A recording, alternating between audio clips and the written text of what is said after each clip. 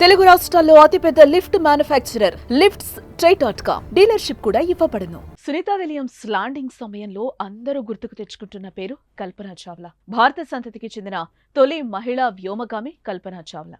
కానీ దురదృష్టం వెంటాడి ఆమె ప్రయాణిస్తున్న షటిల్ ఆకాశంలోనే పేలిపోయింది. ఆ ఘటనలో ఆమెతో పాటు మరో 6 మరణించారు.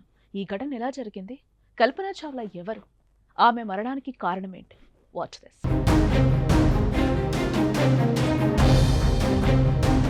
ప్రపంచం దిగ్భ్రాంతిలో కూరుకుపోయిన సమయం ఇది. జనవరి 16, 2003న ఫ్లోరిడాలోని కెనడీ స్పేస్ సెంటర్ నుంచి నిప్పులు చిమ్ముతూ నింగికెగిసిన కొలంబియా నౌక 15 రోజుల తర్వాత తిరుగు ప్రయాణంలో ముక్కలుగా ఛిద్రమైన ఆ రోజు ఇప్పటికీ ఆ సంఘటన మర్చిపోలేనిది. ఈ ప్రమాదంలో 7 వ్యోమగాములు ముక్కలైపోయారు. వారిలో మన కల్పనా చావ్లా ఒకరు.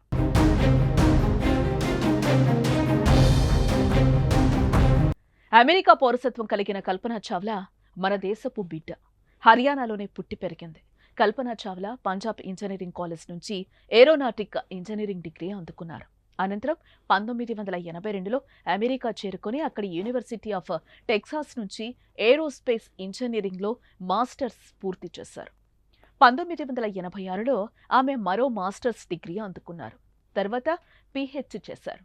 అమెరికా పౌరసత్వాన్ని అందుకున్నాక నాసా రీసెర్చ్ సెంటర్లో పనిచేయడం మొదలుపెట్టారు. 1994లో తొలిసారి అంతరిక్షయానం కోసం ఆమెను ఎంపిక చేశారు. శిక్షణ పూర్తయ్యాక మొదటిసారి 1997లో అంతరిక్ష యాత్ర పూర్తి చేశారు. తిరిగి భూమికి క్షేమంగా చేరుకున్నారు.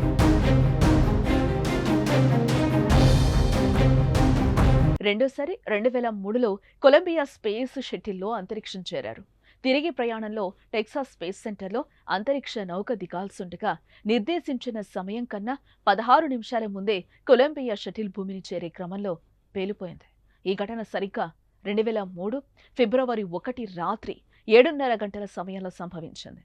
జనవరి 16, 2003న ఫ్లోరిడాలోని కెనడీ స్పేస్ సెంటర్ నుంచి నిప్పులు చిమ్ముతూ నింగికెగిసిన కొలంబియా నౌక 15 రోజుల తర్వాత తిరుగు ప్రయాణంలో ముక్కలుగా ఛిద్రమైంది. భూమిపై చెల్లాచెదురుగా ఆ స్పేస్ షటిల్ ముక్కలు ఇప్పటికీ భద్రంగా ఉన్నాయి.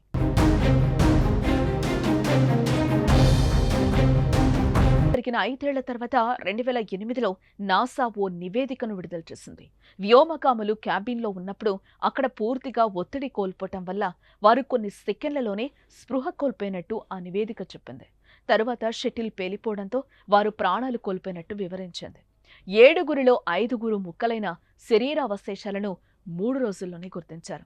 మిగతా 2కి కనిపెట్టడానికి 10 రోజులు టైం పట్టింది. గౌరవప్రదంగా వారికి అంత్యక్రియలు నిర్వహించారు.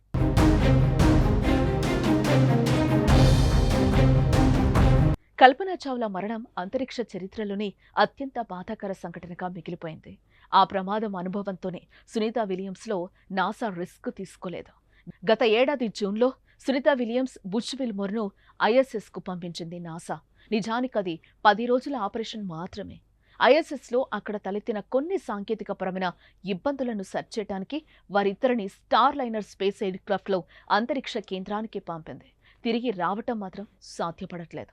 స్టార్ లైనర్ ఎయిర్క్రాఫ్ట్ ప్రొపెల్షన్ సిస్టంలో థ్రస్టర్లు పనిచేయకపోవటం, హీలియం లీక్ కావటం సహా అనేక సాంకేతిక సమస్యల కారణంగా వారిద్దరూ అక్కడే చిక్కుకుపోవాల్సి వచ్చింది.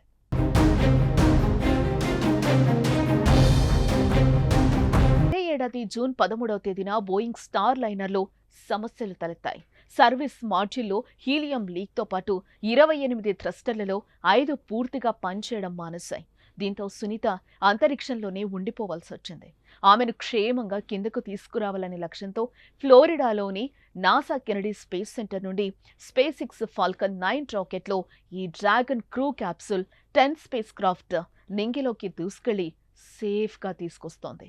2003లో కల్పనా చావ్లాతో పాటు 7 వ్యోమగాముల మరణంతో సునీత రాక విషయంలో ఉత్కంఠ కొనసాగుతోంది.